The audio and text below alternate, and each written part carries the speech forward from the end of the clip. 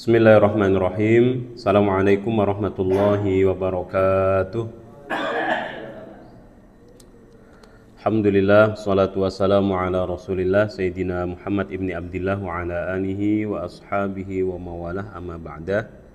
Tibtum wa taba mamsyakum wa tabawa'tum minal jannati manzilah. Allahumma ja'al hadzal amal khalisan liwajhik waj'al hadzal amal wasilatan lil maghfirati wal barakah. Bapak Ibu yang saya hormati, bahwa hadis atau cerita yang akan kita sampaikan ini hadisnya adalah sahih dan berkaitan dengan bayi yang bisa berbicara. Jadi kalau kita melihat soal bayi gitu ya, bayi masih dalam gendongan dan bisa berbicara itu ada beberapa. Di antaranya satu,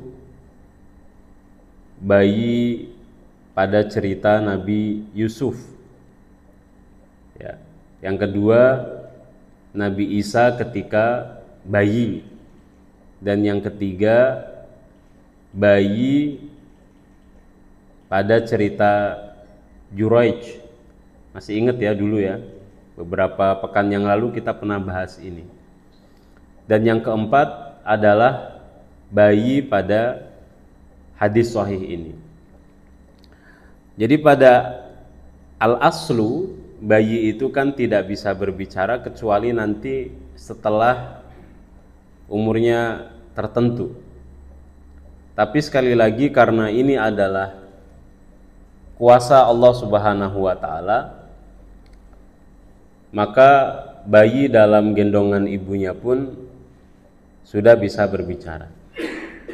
Hadisnya berbunyi, wa kanat imra'atun, ada seorang wanita, seorang ibu, turdi'u, sedang memberikan ASI, ibnan laha, kepada anaknya, min bani Israel.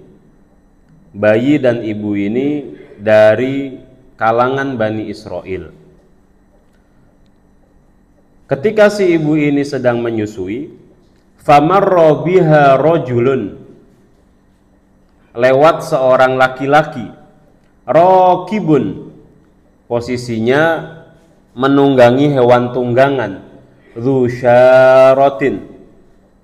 Si laki-laki ini memiliki wibawa, memiliki kekuasaan,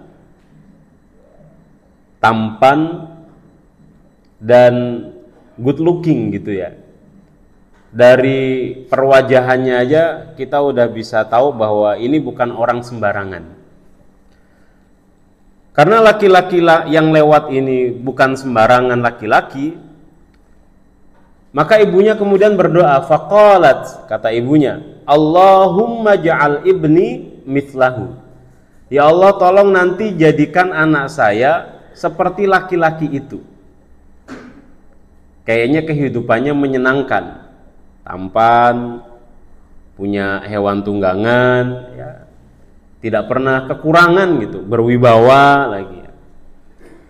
Setelah ibunya berdoa, ya Allah tolong jadikan anak saya nanti seperti dia, si bayinya langsung merespon, fataroka thadyaha. Si bayi ini yang tadinya masih minum ASI, langsung nggak mau minum. Fa'aqbala 'ala raqib, lalu si bayi ini menoleh kepada laki-laki yang menunggangi hewan tunggangan itu. Menoleh, dilihat laki-laki itu. Faqal, lalu si bayinya bicara, berdoa, Allahumma la taj'alni mithlahu. Ya Allah, tolong nanti ketika saya besar nanti jangan jadikan saya kayak dia. Ibunya pengen nanti anaknya mirip seperti orang itu, tapi anaknya mengatakan jangan ya Allah, saya nggak mau kayak dia. Tsumma aqbala ala thadyiha. Lalu si bayi ini kembali minum air susu. Yamussuhu, ya, diminum kembali asinya. Qala Abu Hurairah, berkata Abu Hurairah, ka'anni anzuru ilan Nabi sallallahu alaihi wasallam yamussu isba'ahu. Saya kayak ngelihat bahwa Nabi itu kayak mempraktekkan bagaimana yang terjadi dengan si bayi itu. Setelah lewat laki-laki tadi, summa marra bi amatin, lalu datang seorang perempuan budak. Ya. Ketika yang datang setelahnya adalah budak, faqalat, lalu ibunya berdoa, Allahumma la taj'al ibni mithla hadhihi. Ya Allah, nanti ketika anak saya sudah besar, tolong jangan kayak dia. Budak, ya, tidak ada harganya, hidupnya susah gitu. Ketika ibunya berdoa seperti itu, fataraka thadyaha, si anak itu kembali tidak lagi menyusu. Faqala, si anaknya menjawab, Allahumma ja'alni mithlaha. Ya Allah, nanti kalau saya nanti besar, tolong jadikan kayak dia. Ibunya kan penasaran. Faqalat limadhak, kenapa kamu meresponnya seperti itu?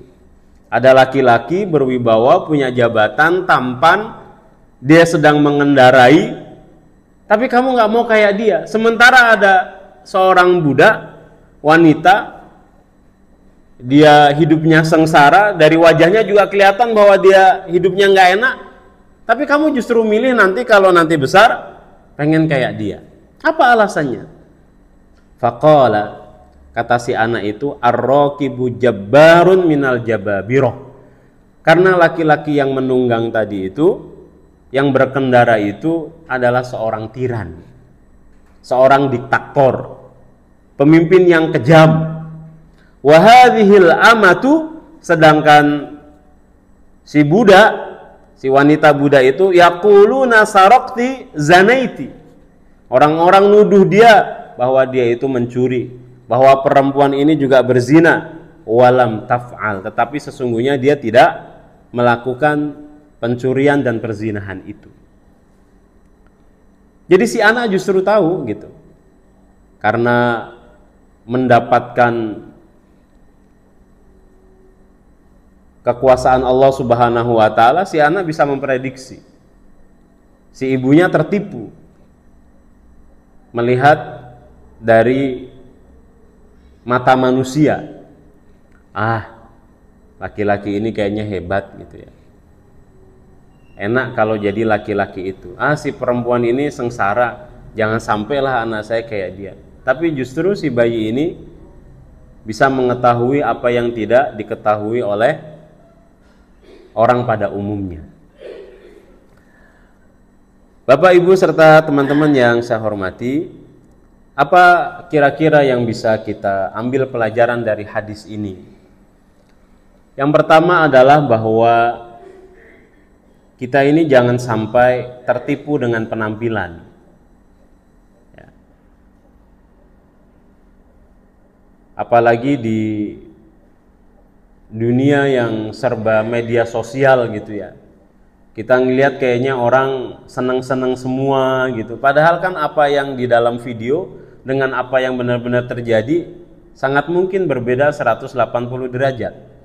Apa yang nampak di foto, di status WA, di IG, itu sangat mungkin juga berbeda 180 derajat. Maka kita jangan sampai tertipu dengan penampilan seseorang.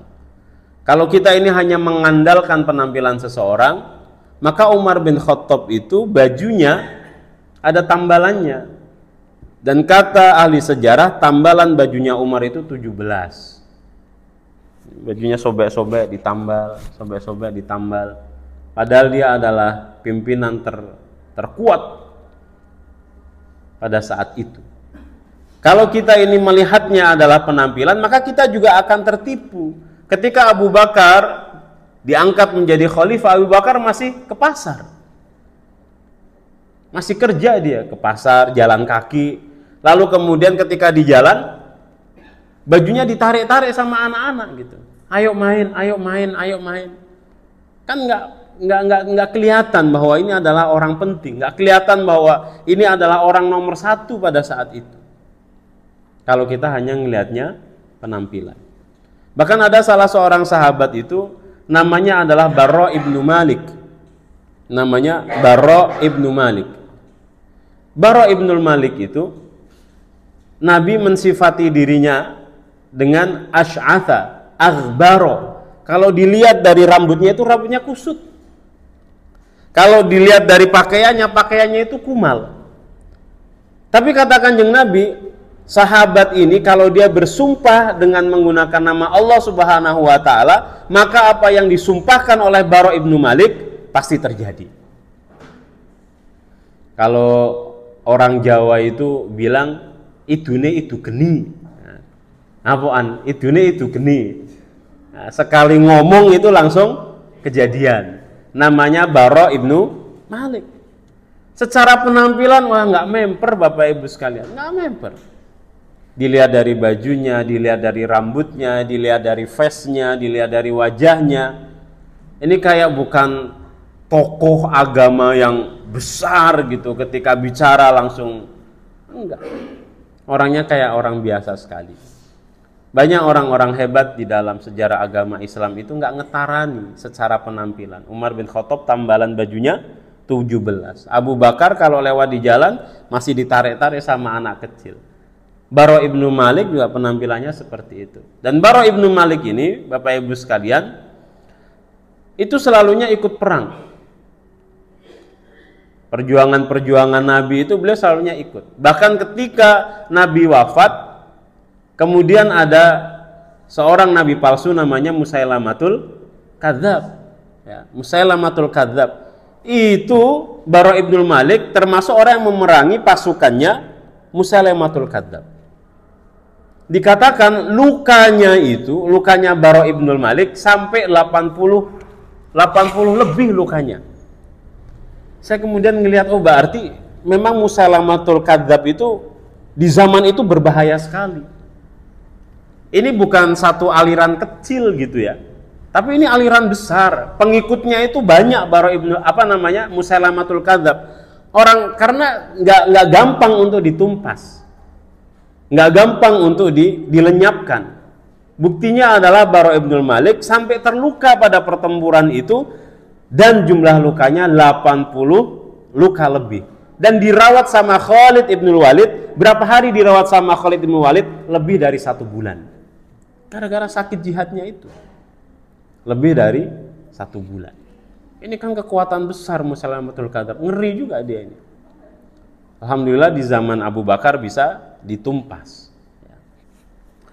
Bapak Ibu serta rekan-rekan yang saya hormati, yang kedua, pelajaran yang kita ambil dari hadis sahih tadi, bahwa ada seorang ibu dengan anaknya. Ini kita bicara rumah tangga gitu ya. Rumah tangga itu harus menyimpan cerita-cerita yang dirahasiakan. Ada salah seorang sahabat menikah. Setelah beberapa lama menikah ditanya sama sahabatnya, gimana istrimu? Diem dia. Ditanya lagi, gimana istrimu? Diem. Ditanya lagi yang ketiga kali, bagaimana istrimu? Apa jawab sahabat ini? Rumah tangga itu punya rumah, dan rumah itu punya tembok. Pati-pati ditemboi itu biar rahasianya nggak kelihatan sama orang lain. Tapi kan sekarang kita enggak. Rumah sudah ditembok, tapi justru kemudian rahasianya diumbar di sosial media. Ngapain ada temboknya kalau gitu rumahnya? Itu menurut saya filosofis sekali sahabat tadi itu. Dia nggak mau buka. Dia nggak mau buka karena bagi dia rumah tangga itu tertutup, ditembok, ya, ditembok, tertutup. Nah sekali lagi bahwa kita juga jangan tertipu gitu ya. Wah kalau ngelihat di media sosial kayaknya lebih banyak keluarga yang seneng gitu ya. seneng lihat keluarganya artis-artis juga kayaknya seneng-seneng semua gitu, kayaknya nggak pernah ada lapar, nggak pernah ada pertengkaran, nggak pernah ada masalah gitu, kayaknya seneng aja. Saya kemarin lihat Bapak Ibu sekalian ada satu potongan video di sosial media gitu ya, yang pada intinya adalah kita jangan tertipu dengan postingan orang di sosial media. Itu video, jadi ceritanya ada seorang istri itu foto tersenyum gitu, seolah-olah dia bahagia, ternyata di sampingnya padahal suaminya lagi tidur gitu. Nah karena dia ada di sosial media, yang dilihatin kan bisa cuman dianya aja, bahwa dia tidak dipedulikan sama suaminya, itu nggak dia ambil foto itu, kan foto bisa di crop lah ya, bisa diambil yang mana. Lalu kemudian ada suami yang lagi ngegame, tiba-tiba istrinya ngedatengin, ayo foto senyum gitu. Habis itu suami istri itu senyum, laki-lakinya setelah ambil foto kembali main PS, main game gitu. Orang ketika diupload kan ngeliatnya, wah masya Allah kayaknya keluarganya bahagia banget, padahal kan itu cuman sepersekian detik aja, sepersekian menit, tidak menampilkan yang semuanya. Kita akan menderita kalau membandingkan apa yang terjadi dengan keluarga kita dengan kebahagiaan orang-orang yang ada di medsos. Karena di medsos itu semuanya semu gitu, rata-rata semu. Karena itu ada cerita menarik, diceritakan sama Adham Syarqawi. Ada sepasang suami istri itu pergi ke kebun binatang. Ya. Ketika pergi ke kebun binatang, si istrinya pertama ngeliat kandang monyet. Si monyet laki-laki itu, kalau monyet laki-laki kan ngerayu terus gitu ya, namanya juga monyet kan. Oh dirayu apa, istrinya juga manja banget gitu, istri si monyetnya maksudnya gitu kan. Nah, jadi monyet laki-laki sama monyet perempuannya kayak mesra banget. Lalu istrinya juga komentar, waduh indah sekali ya kehidupan monyet itu ya, mesra mereka. Si laki-laki juga bisa memanjakan perempuannya, perempuan monyet itu. Lalu kemudian mereka jalan lagi. Jalan kemudian ketemu sama kandang singa. Kalau singa laki-laki itu kayak monyet laki-laki nggak? Enggak. Monyet laki-laki itu berwibawa, monyet laki-laki. Singa laki-laki itu kan nggak kayak monyet laki-laki. Dia diem aja gitu kan. Dia diem aja. Nggak noleh ke istrinya, nggak ngerayu istrinya gitu. Lalu kemudian si istri dari sepasang suami istri itu bilang, menderita sekali kehidupan singa laki-laki dan singa betina itu, nggak ada mesra-mesranya. Lalu si suami manusia maksudnya ya, si suami manusia itu ngambil kayu, dilempar itu ke singa betina. Ketika kayu itu dilempar, si singa laki-lakinya ngerespon, marah dia, wow gitu, marah. Mau ngebelain si perempuannya. Lalu mereka jalan lagi ke kandang monyet. Si monyetnya masih mesra-mesraan kayak gitu, dilempar pakai kayu. Si laki-lakinya nggak ngerespon. Kira-kira yang bener yang mana? Yang bokap ya. Angel kan, donyonya angel. Jenengan Pak ngomong singa yang bener, tapi singa ternyata dingin. Jenengan Pak ngomong monyet yang bener, tapi monyet terkadang juga nggak ngebelain gitu. Nggak ada yang sempurna dalam hidup ini. Nggak ada yang sempurna dalam hidup ini. Ya. Maka kita perlu mencari sisi-sisi yang bisa kita syukuri, Bapak Ibu sekalian. Ya. Baik, Bapak Ibu yang saya hormati.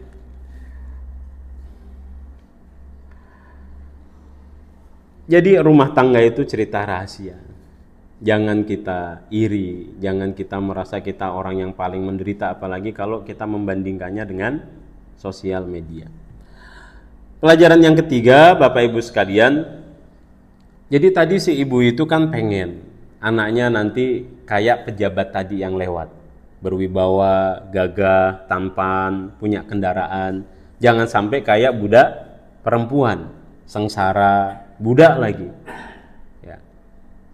Tapi kan ternyata keadaannya terbalik. Si bayinya justru bilang saya maunya kayak si budak perempuan itu. Saya nggak mau kayak laki-laki tampan tadi karena dia adalah seorang tiran, seorang diktator. Maka kita ini perlu husnudzon dengan Allah Subhanahu wa taala. Berbaik sangka dengan Allah Subhanahu wa taala. Apa yang sekarang terjadi sama kita itu adalah yang terbaik buat kita.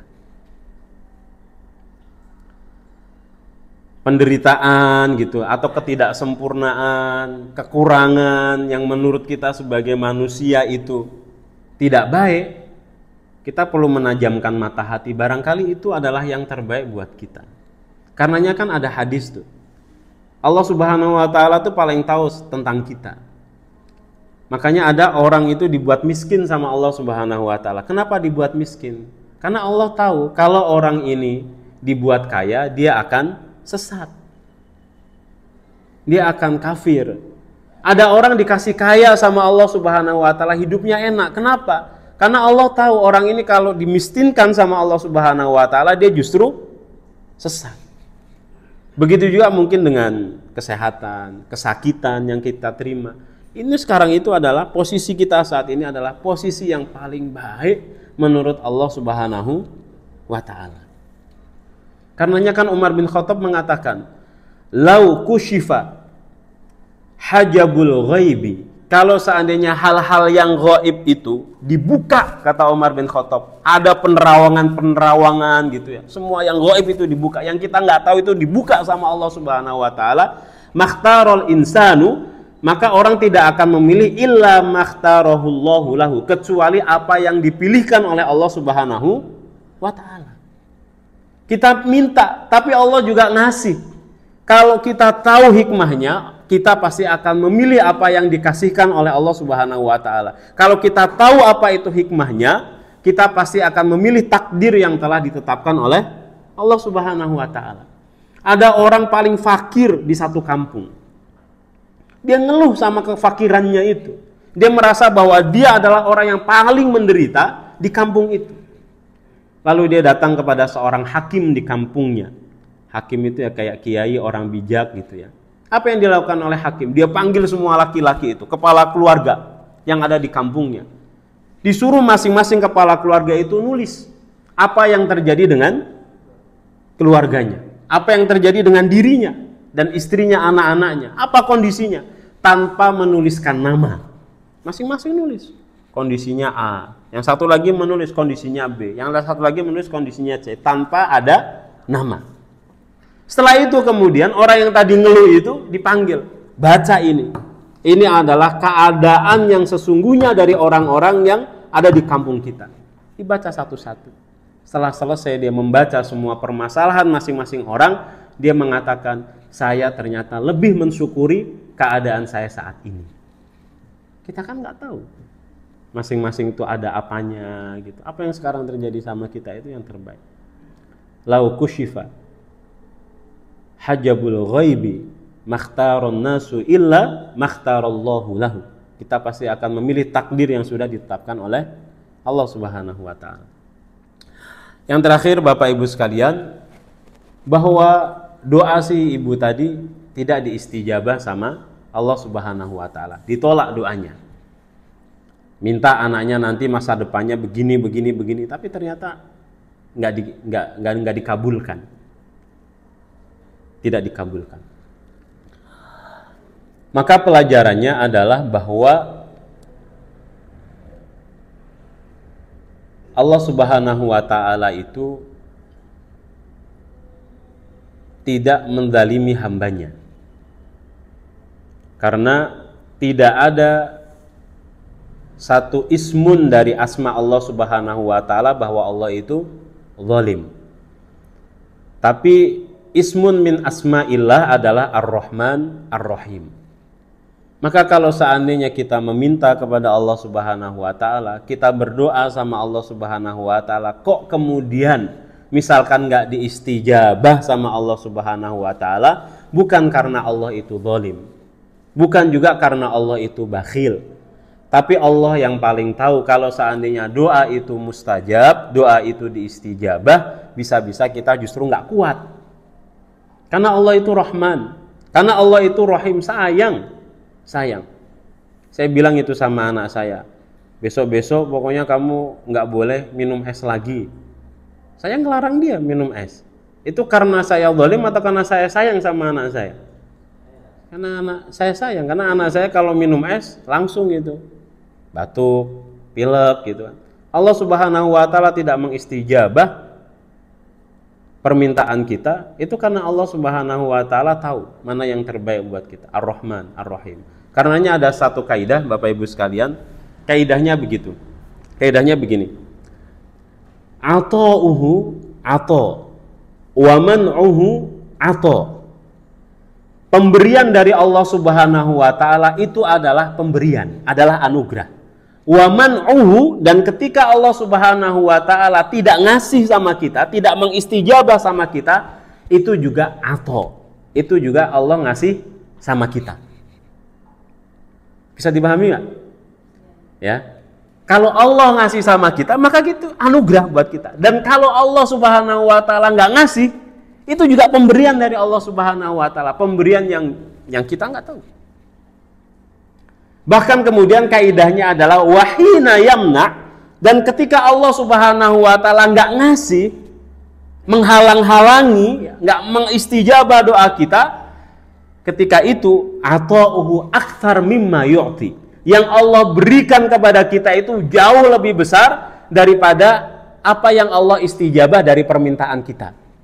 Terkadang ketika Allah Subhanahu wa taala nggak mengistijabah, itu ternyata Allah ngasih sesuatu yang jauh lebih besar daripada yang kita minta.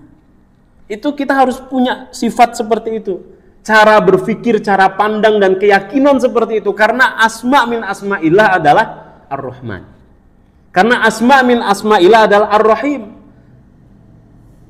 Coba bayangkan Pak Joni misalkan dongo ketika ngelihat Pak Prabowo pakai helikopter atau pesawat pribadi, doa, ya Allah berikan saya pesawat pribadi sebagaimana Pak Prabowo juga punya pesawat pribadi. Diistijabah sama Allah Subhanahu wa taala. Cora iso mlaku, Pak.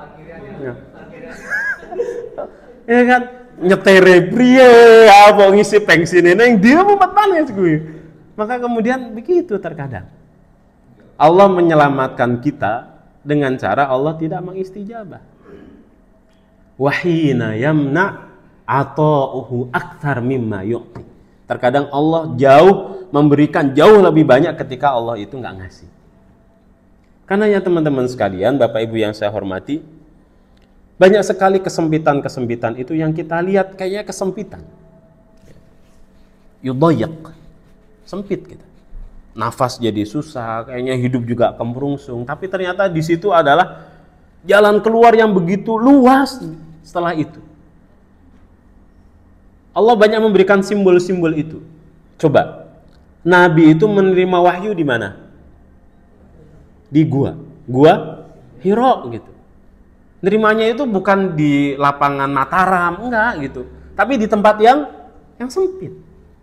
Nabi ketika hijrah ketemu gua lagi, gua apa? Gua Thur, itu juga sempit sekali. Sampai Abu Bakar bilang kalau seandainya mereka ngelongo aja sedikit itu kaki kita udah kelihatan, saking sempitnya. Tapi ternyata gua itulah yang menyelamatkan Nabi Muhammad dan juga Abu Bakar dan juga umat Islam saat ini. Karena dari situlah kemudian muncul hijrah, dan dari hijrah itulah kemudian agama Islam tersebar. Ketika ada anak-anak muda dikejar-kejar sama tiran, apa kata Al-Quran? Fa'u ilal kahfi. Disuruh sembunyinya di gua, di tempat yang sempit juga gitu. Yang syurlakum rabbukum min rahmatih. Kata Allah Subhanahu wa taala, karena kalau ketika kamu masuk gua itu, Allah Subhanahu wa taala akan ngasih rahmatnya. Bahkan bahasanya bukan ngasih, tapi yansyur. Nasyaro itu menyebarkan rahmatnya di gua yang sempit. Wa yuhayyi lakum min amrikum mirfaqo. Dan Allah akan siapkan semua urusan-urusan kamu menjadi lancar setelah dari gua yang sempit itu. Hebat. Wa man'uhu dan Allah Subhanahu wa taala wahina yamna ata'u aktsar mimma yu'ti. Ya, terkadang kita ngeliat hidup ini sempit, tapi ternyata di balik itu banyak keajaiban-keajaiban. Bapak Ibu yang saya hormati, ada seorang artis di Mesir. Dia bilang begini, amaltu ma alimta. Saya itu udah ngelakuin apa aja yang kamu nggak pernah bisa bayangkan. Wa asaitullaha mimma la tu'si. Dan aku ini udah bermaksiat sama Allah Subhanahu wa Ta'ala yang kamu juga nggak pernah bayangkan kemaksiatan itu apa. Saking nakalnya orang ini. Lalu kemudian orang ini masuk penjara. 1 tahun itu masuk penjara. 1 tahun. Dan 1 tahun di penjara itu dia ketemu sama, karena penjara Mesir itu kan bukan isinya orang jahat semua gitu ya. Orang-orang baik, tahanan politik gitu ya. Para dai-dai gitu kan juga dijebloskan ke penjara.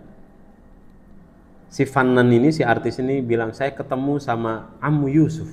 Ada orang namanya Ammu Yusuf, saya nggak kenal juga Ammu Yusuf itu siapa. Dia bilang aja sama saya, kalau kamu mau berbicara sama Allah Subhanahu wa Ta'ala, berbicara lewat sholat. Dan kalau kamu pengen mendengar Allah berbicara sama kamu, maka bacalah Al-Quran. Bisa dipahami? Kalau kita mau bicara sama Allah Subhanahu wa Ta'ala itu lewat sholat. Tapi kalau kita pengen dengar Allah pengen ngomong apa sama kita, pengen bicara apa sama kita, maka dengan cara baca Al-Quran. Jadi kita ini bisa komunikasi dengan Allah Subhanahu wa Ta'ala. Filosofinya kayak gitu. Kata si Fannan ini, saya nggak pernah ketemu kalimat yang lebih indah dari itu. Dan 1 tahun saya di penjara itu adalah kehidupan saya yang paling indah. Saya nggak pernah menemukan kenikmatan hidup di luar penjara.